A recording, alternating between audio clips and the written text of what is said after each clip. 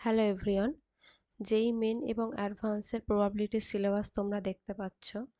আজ আমি প্রবাবিলিটির ডেফিনেশনে যাব না। প্রবাবিলিটির ডেফিনেশনের আগে আমাদের কিছু কিছু কনসেপ্ট জানতে হবে, যেমন ইভেন্ট কাকে বলে এবং ইভেন্টের কতগুলো প্রকারভেদ হয়, সেইগুলো নিয়ে আলোচনা করব। প্রথমে দেখো, র্যান্ডম এক্সপেরিমেন্ট আমরা কাকে বলবো। An experiment is said to be random if it has more than one possible known outcomes which can not be predicted in advance. ধরো তোমাকে কোনো এক্সপেরিমেন্ট করা হলো, যেমন আমি বলতে পারি যে থ্রোয়িং আ ডাই, যেখানে এখানে যে এক্সাম্পলটা দেওয়া হয়েছে থ্রোয়িং অফ আ ডাই, এটাকে কেন র্যান্ডম বলা হচ্ছে? প্রথমে কি বলা হয়েছে? More than one possible known outcome. Outcome কোনগুলোকে বলা হচ্ছে? ডাইটাকে থ্রো করার পর কি রেজাল্ট পেতে পারি, এখানে 1 পেতে পারি, 2 পেতে পারি, 3 আপ টু 6 অবধি। তো যে রেজাল্টটা আমরা পাচ্ছি সেটাকে আমরা আউটকাম বলছি। এবং নোন বলা হয়েছে, এখানে কি কি আউটকাম আসতে পারে সেটা আমাদের জানা, যে একটা যদি ডাইকে আমরা থ্রো করি তাহলে 1 থেকে 6-এর মধ্যে, এই 6টার মধ্যে যে কোনো একটা আসবে। কি আউটকাম আসবে সেটা আমরা জানি না, এক্স্যাক্টলি ভ্যালু আমরা বলতে পারবো না, বাট হ্যাঁ আমরা জানি যে 6টার মধ্যে একটা আসবে, তাহলে কি কি আউটকাম আসবে সেইটা আমাদের জানা। সেই জন্য বলা হয়েছে নোন আউটকাম। এবং কি বলা হয়েছে? Has more than one possible value, means মানে একের বেশি আউটকাম আসতে পারে। যদি একটা সিঙ্গেল আউটকাম আসে, ধরো একটা এক্সপেরিমেন্ট করা হলো যেখানে আমরা জানি যে এক্স্যাক্টলি কি রেজাল্ট আসবে, মানে আউটকাম যদি একটাই থাকে, তাহলে সেটা র্যান্ডম এক্সপেরিমেন্ট হবে না। তাহলে আমরা কোনগুলোকে বলবো? যেখানে আউটকামস একের বেশি হতে হবে এবং কি কি আউটকামস হতে পারে সেই সম্পর্কে আমাদের জানা থাকবে, বাট এক্স্যাক্টলি কোন আউটকামটা আমরা পাবো সেই সম্পর্কে আমরা কিছু জানবো না। সেকেন্ড, এখান থেকে দেখো ক্লিয়ার হয়ে যাবে। An experiment is called a random experiment if all possible outcomes of E are known in advance. আমরা অ্যাডভান্স আগে থেকে কি জানবো যে কি কি আউটকাম আসতে পারে, যেমন একটা ডাইকে থ্রো করলে এই 6টার মধ্যে একটা আসবে সেটা আমরা জানি। আর 2 নম্বর কি বলা হয়েছে? It is impossible to predict which will occur at a particular performance of E. এখানে এটাই বলা হয়েছে যে যে ডাইটাকে থ্রো করার পর এক্স্যাক্টলি কি পাবো আমরা সেটা সম্পর্কে আমাদের কোনো আইডিয়া থাকবে না। 1ও আসতে পারে, 2ও আসতে পারে, 3, 4, 5, 6 যে কোনো একটা আসতে পারে, তো আমরা বলতে পারবো না যে কোনটা এক্স্যাক্টলি আমরা পাবো। 3 নম্বর কি বলা হয়েছে? E can be repeated, means same এক্সপেরিমেন্টটাকে তুমি রিপিট করতে পারবে, তুমি আবার সে এক্সপেরিমেন্টটা করতে পারবে। তখন এই এক্সপেরিমেন্টটাকে কি বলবো আমরা? Random experiment. যেমন এখানে throwing of a die is a random experiment. আর আরেকটা এক্সাম্পল কি বলতে পারি? Tossing a coin. কয়েন যখন টস করবে তখন আমাদের আউটকাম কি কি আসতে পারে? হেড আসতে পারে অথবা টেল আসতে পারে। তো আমাদের আউটকামগুলো নোন। তো টসিং এ কয়েনও কি হয়? র্যান্ডম এক্সপেরিমেন্ট হয়ে যায়। নেক্সট দেখো, sample space. The set of all possible outcomes of a trial is called its sample space. Trial মানে কি? ট্রায়াল মানে এখানে র্যান্ডম এক্সপেরিমেন্টের কথাই বলা হয়েছে। তাহলে সমস্ত আউটকামগুলোর কালেকশনটাকে আমরা কি বলবো?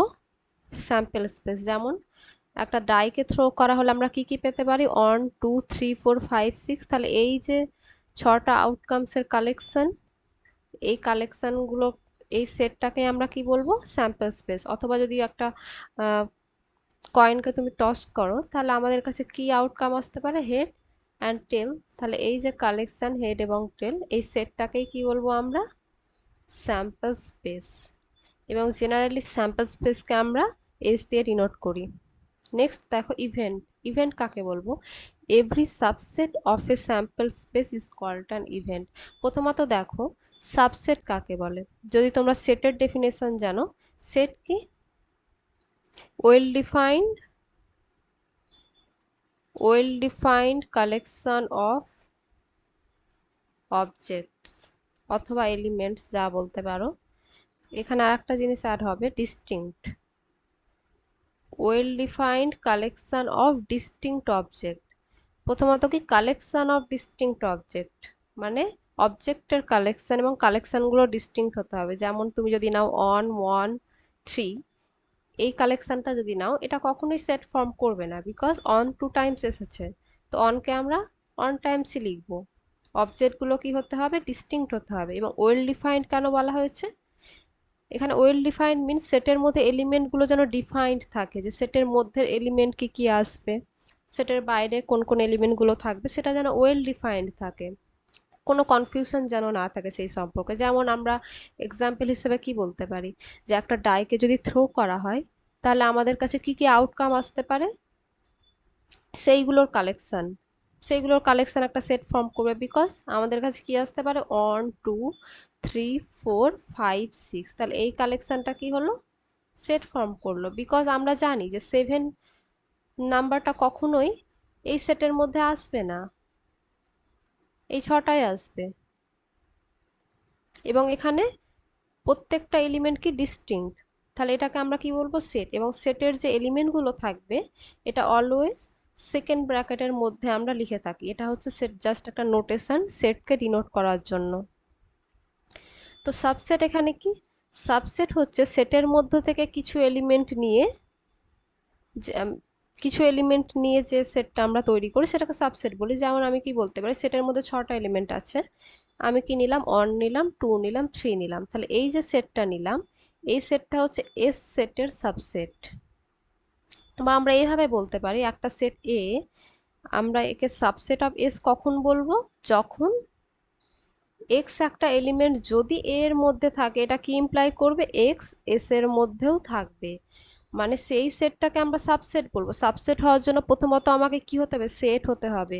তো একে প্রথমে সেট হতে হবে, তারপর আমরা সাবসেটের ডেফিনেশনে যাব। কখন সাবসেট বলবো এস এর, যখন এর প্রত্যেকটা এলিমেন্ট এস এর মধ্যে বিলং করবে। ধরো আমি এমন একটা নিলাম, ধরো অন 7, তাহলে এই সেটটা কি এস এর সাবসেট হবে, কখনোই হবে না, বিকজ 7 এর মধ্যে আছে। এই নোটেশনটা হচ্ছে বিলংস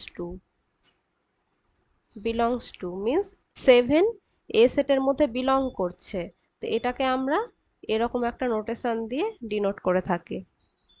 ওকে, যদি বলি ডাজ নট বিলংস টু, মানে যদি আমরা বলি 7 এর মধ্যে নেই, তখন জাস্ট আমরা একটা এইভাবে কেটে দেব মিডিল দিয়ে। তাহলে এখানে কি দেখছি, যে 7 এর মধ্যে বিলং করছে, বাট 7 কি এস এর মধ্যে আছে, 7 এস এর মধ্যে নেই। তো এটাকে আমরা কিভাবে ডিনোট করে থাকি, জাস্ট মধ্যে দিয়ে কেটে দিই। এটা মিন্স ডাজ নট বিলং, মানে 7 এস এর মধ্যে নেই। তাহলে কি এটা এস এর সাবসেট হবে, তখন আমরা কি বলবো, এ সাবসেট হবে না এস এর। কখন সাবসেট হবে, যখন এ সেটের প্রত্যেকটা এলিমেন্ট এ এস সেটের মধ্যেও বিলং করবে, তখন আমরা কি বলবো, A is a subset of S.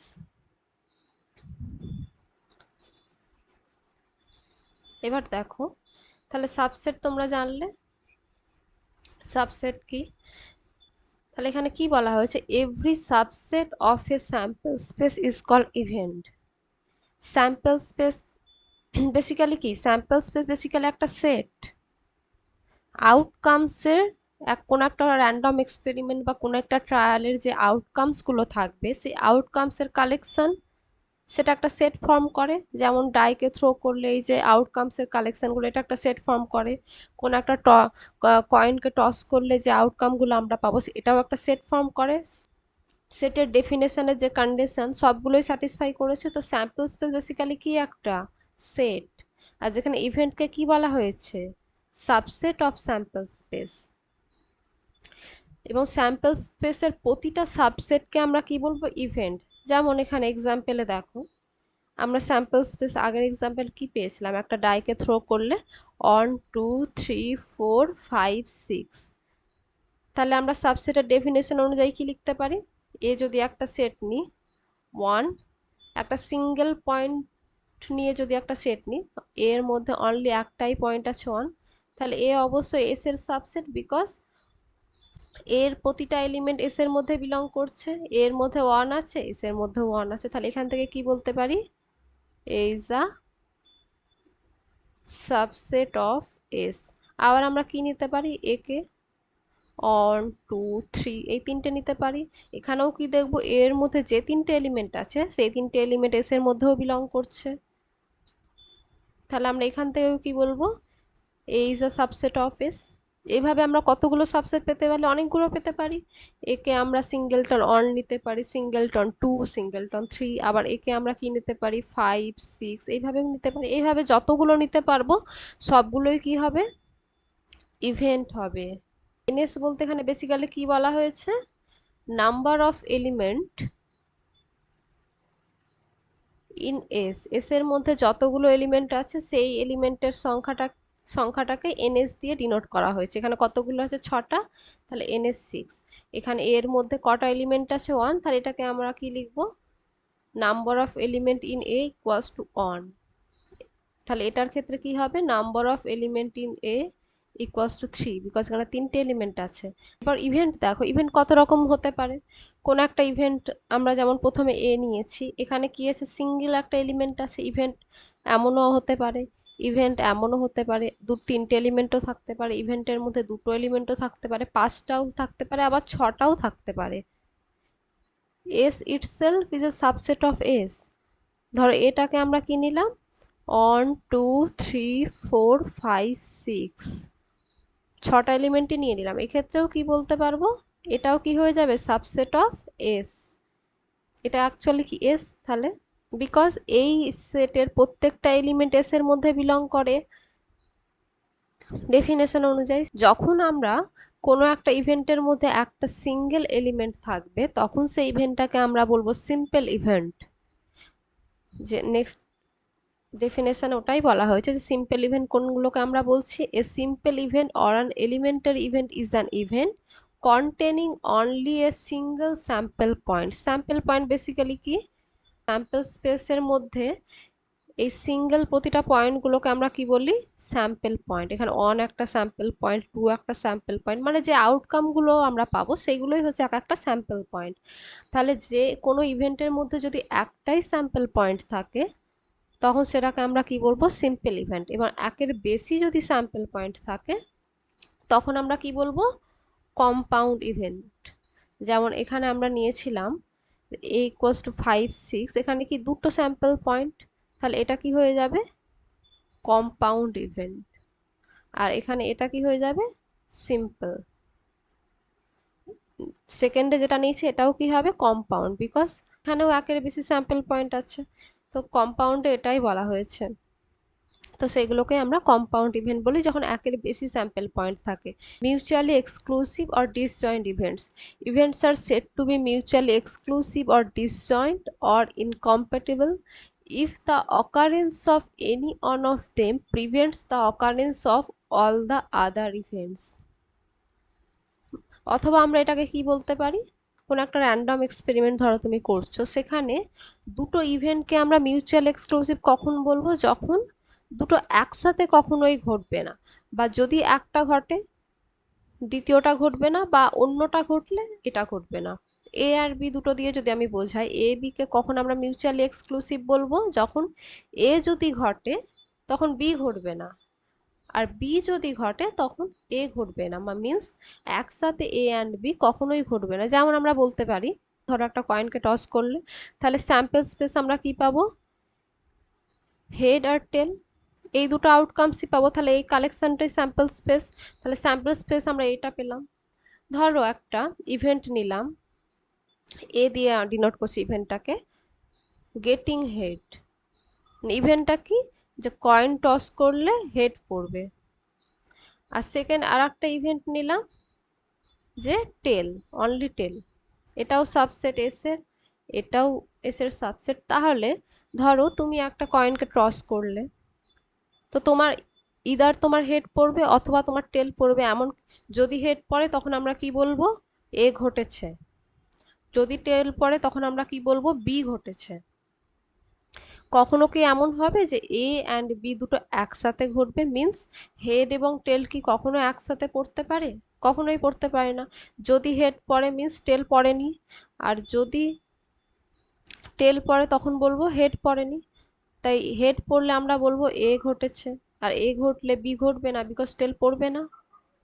আর এখানে কি হয়েছে, টেল পড়েছে মিস বি ঘটেছে, আর বি ঘটলে এ ঘটবে না, বিকজ টেল পড়লে কি করে হেড আর টেল একসাথে পড়তে পারে, তখন বলবো এ ঘটেনি। তো এ অ্যান্ড বি কখনোই একসাথে ঘটবে না, তখন আমরা কি বলবো, যে এ অ্যান্ড বি দুটো মিউচুয়ালি এক্সক্লুসিভ ইভেন্টস।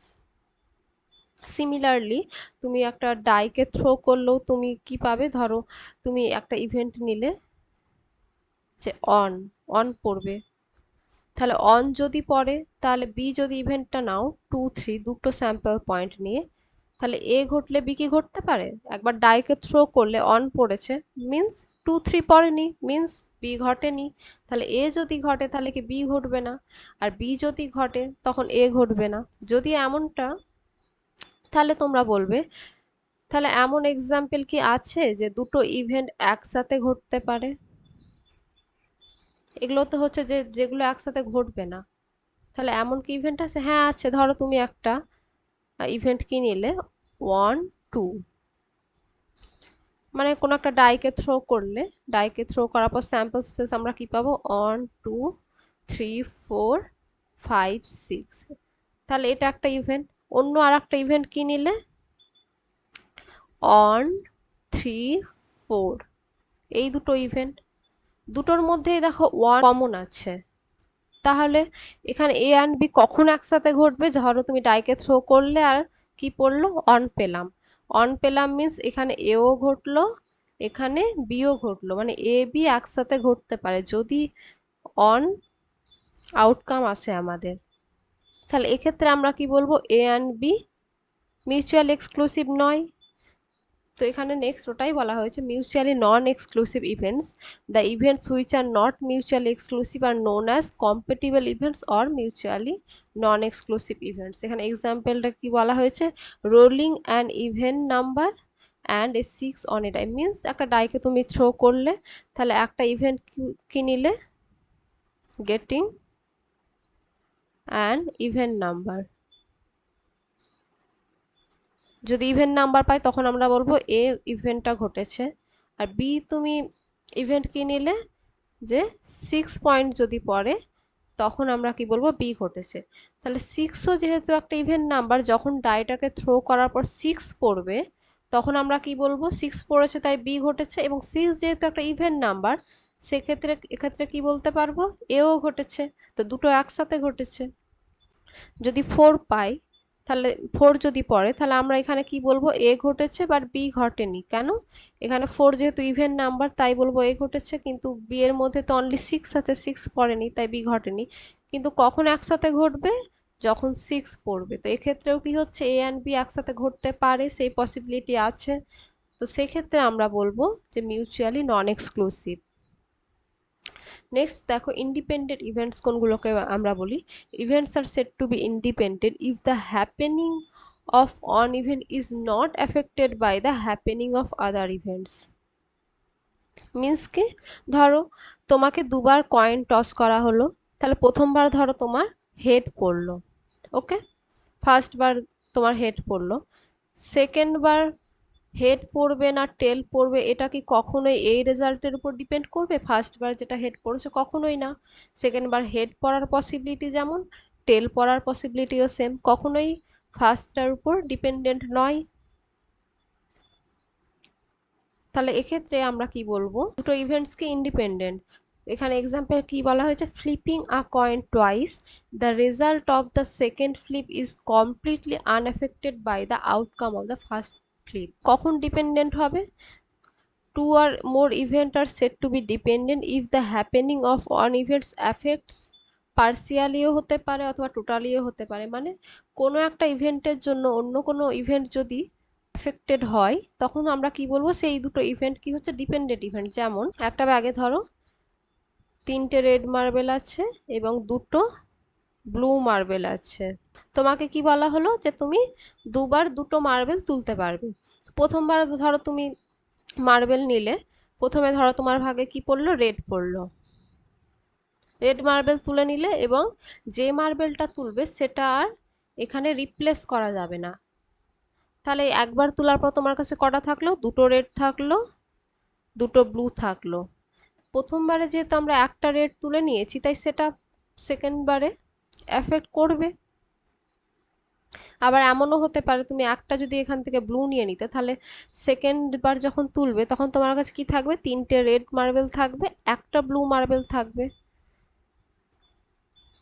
তাহলে এখানে কি হচ্ছে যে সেকেন্ড বার ড্রটা ফার্স্ট বার ড্র এর উপর ডিপেন্ডেন্ট হয়ে যাচ্ছে। এখানে তুমি যে রেজাল্টটা পাবে, যে আউটকামটা পাবে, এখানে তুমি সম্পূর্ণ ডিফারেন্ট আউটকাম পেতে পারো। এটা পুরোপুরি ডিপেন্ড কার উপর করছে, ফার্স্ট বার তুমি কি কালারের মার্বেল ড্র করছো সেটার উপর ডিপেন্ড করছে। তো এই জন্য এখানে কি হবে, দুটো ইভেন্টকে আমরা কি বলবো, dependent event. The probability of the second draw is affected by the colour of the marble removed in the first draw.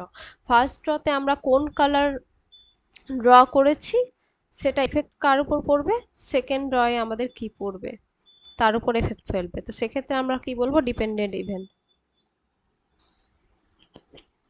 এরপর আসছে equally likely events. Events which have the same chance of occurrence are said to be equally likely events.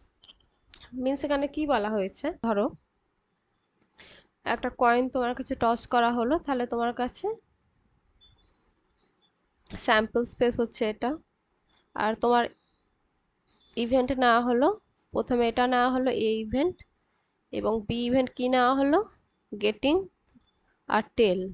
তাহলে দেখো কোনো একবার ধরো তুমি toss করলে, তাহলে হেডও পড়তে পারে, টেলও পড়তে পারে। আমরা কি এখানে বলতে পারি যে হেড পড়ার সম্ভাবনা বেশি বা প্রবাবিলিটি বেশি, অথবা কি বলতে পারে টেল পড়ার প্রবাবিলিটি বেশি? কখনোই নয়। হেড পড়ার প্রবাবিলিটি যতটা, টেল পড়ার প্রবাবিলিটিও সেম। তো সেক্ষেত্রে আমরা কি বলবো যে এই দুটো ইভেন্ট কি ইকুয়ালি লাইকলি, মানে দুটো ইভেন্ট ঘটার সম্ভাবনা সেম। অথবা ধরো ডাই থ্রো করা হলো, তাহলে সেখানে আমরা স্যাম্পল স্পেস কি পাই, 1 2 3 4 5 6। এখানে দেখো আমরা ইভেন্ট যদি নিই, ধরো 1 বি একটা ইভেন্ট নিলাম 6, তাহলে 1 1 পড়ার সম্ভাবনা অথবা 6 পড়ার সম্ভাবনা কি ডিফারেন্ট, বা কোনোটার কি বেশি? যে আমরা কি বলবো যে এ ঘটার প্রবাবিলিটি বেশি বি ঘটার থেকে? কখনোই আমরা বলতে পারবো না, বিকজ অনও পড়তে পারে, 6ও পড়তে পারে, এবং দুটো পড়ার সম্ভাবনা সেম। তো সেক্ষেত্রে আমরা কি বলবো, এ অ্যান্ড বি দুটোই কি ইকুয়ালি লাইকলি ইভেন্টস। এখানে যদি সি আর একটা নিয়ে থাকি 4, ডি যদি আরেকটা নিয়ে থাকি 5, তাহলে সেক্ষেত্রেও কি বলবো, সি ডিও ইকুয়ালি লাইকলি ইভেন্ট। তো এখানে এক্সাম্পলটা ওটাই বলা হয়েছে, the event of getting a head, A ইভেন্টটাকে নেওয়া হয়েছে, এবং বি ইভেন্টটাকে কি নেওয়া হয়েছে, of getting a tell.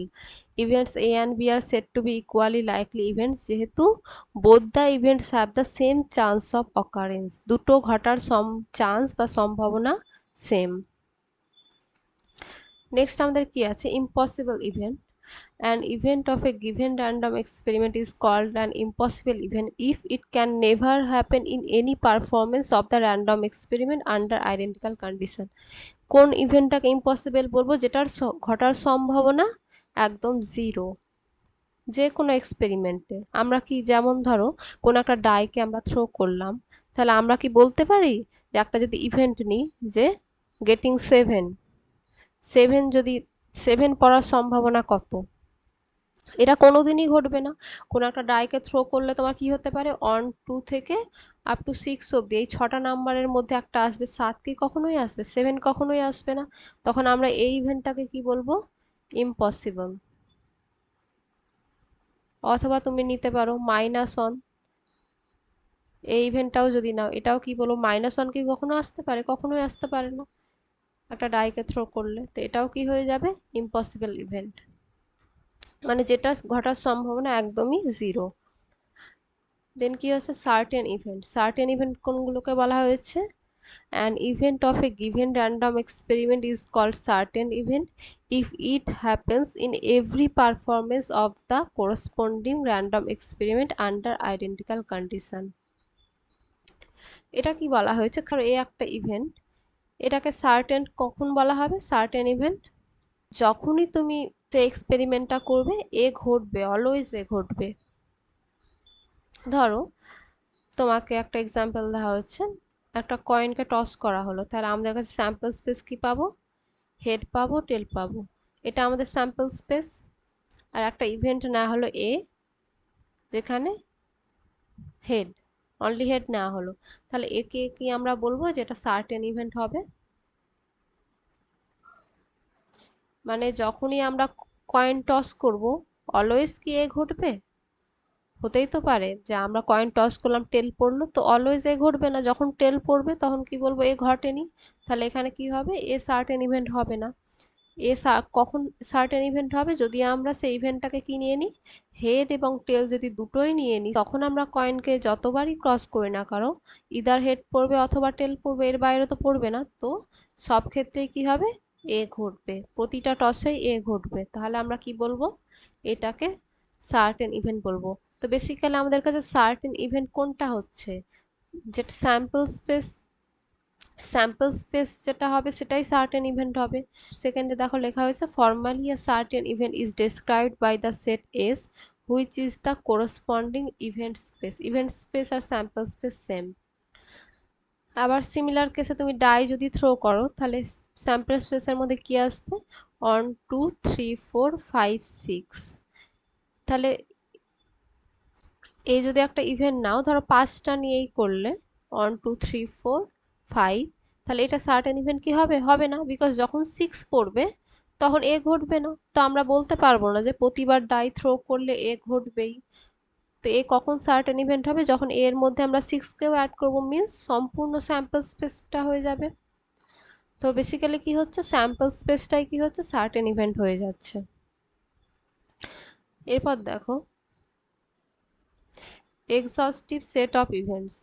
A collection of events is said to be exhaustive if in every performance of the corresponding random experiment at least one event belonging to the collection happens. তাহলে দেখো এক্সস্টিভ set of events, এখানে নামেই দেখো set of events, তো basically এখানে কিসের কথা বলা হয়েছে, ইভেন্টসের কালেকশনের কথা বলা হয়েছে। ধরো তোমার কাছে ইভেন্ট আছে A1 A2 A3 A4 A5, এভাবে ইভেন্ট আছে কোনো একটা র্যান্ডম এক্সপেরিমেন্টের রেসপেক্টে। তো ধরো A1 A2 A3 এই তিনটে ইভেন্টের কালেকশন বা সেটকে আমরা কি বলবো, এক্সস্টিভ, যখন সেই এক্সপেরিমেন্টটা করা হলে এই তিনটের মধ্যে যে কোনো একটা ঘটবেই। এখানে কি বলা হয়েছে, র্যান্ডম এক্সপেরিমেন্ট, এখানে কি করা হয়েছে, থ্রোয়িং আর ডাই, একটা ডাইকে থ্রো করা হয়েছে, তাহলে এখানে দেখো স্যাম্পল স্পেস আমরা কি পাবো, 1 2 3 4 5 6, তাহলে আমরা ধরো A1 নিলাম 1 3 5, A2 নিলাম 2, A3 নিলাম 4 6, এই এই তিনটে ইভেন্টের কালেকশনকে কি আমি এক্সস্টিভ বলবো? ধরো একটা এক্সপেরিমেন্ট করা হলো, ডাইটাকে থ্রো করা হলো, তাহলে আমাদের কাছে কি আসতে পারে, 1 আসতে পারে, 2 আসতে পারে, 3 আসতে পারে, 4 আসতে পারে, 5 আসতে পারে, 6 আসতে পারে। যদি 1 আসে তখন বলবো A1 ঘটেছে, বিকজ A1 এর মধ্যে 1 আছে। যদি 2 আসে তখন বলবো A2 ঘটেছে। যদি 3 আসে তখন বলবো A1 ঘটেছে, বিকজ এখানে 3 আছে। যখন যদি 4 আসে তাহলে বলবো A3 ঘটেছে। যদি 5 আসে বলবো A1 ঘটেছে। যদি 6 আসে বলবো A3 ঘটেছে। তাই যেটাই আসুক না কেন এই তিনটের মধ্যে যে কোনো একটা ঘটছে, তাহলে এটাকে আমরা কি বলবো, এক্সস্টিভ সেট অফ ইভেন্টস। এই তিনটে ইভেন্টের সেটটাকে কি বলবো, এক্সস্টিভ।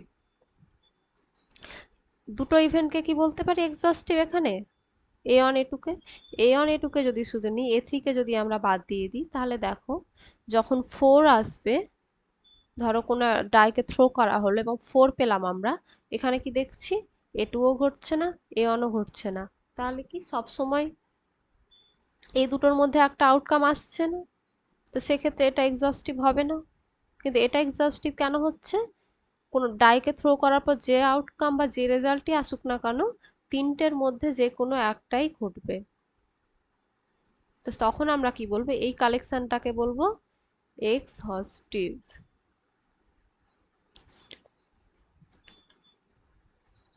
বাট এই কালেকশনটাকে আমরা কি এক্সহস্টিভ বলবো না।